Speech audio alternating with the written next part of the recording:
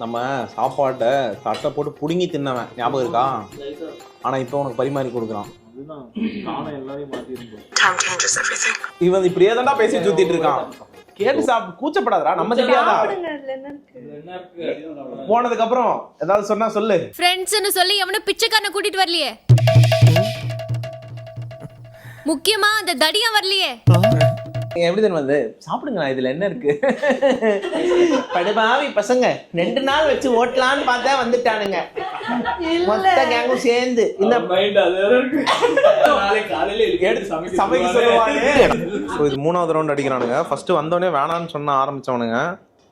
ஏய் பிரபா பத்தி ஏதாவது சொன்னா சொல்றான். இந்த பிரபா ஃபர்ஸ்ட் வந்தோடனே வேணான்னு சொன்னான், இப்ப எடுத்து பார்த்தா 3 ரவுண்ட் அடிச்சுட்டு இருக்கான். அதேதான்டா பிரபா. ஒரு மீன் வச்சேன் போனா போதுன்னு ஒரு மீன் வச்சேன். 2வது என்னையே கேட்காம தினேஷ் கிட்ட இன்னொரு மீன் நின்றான்.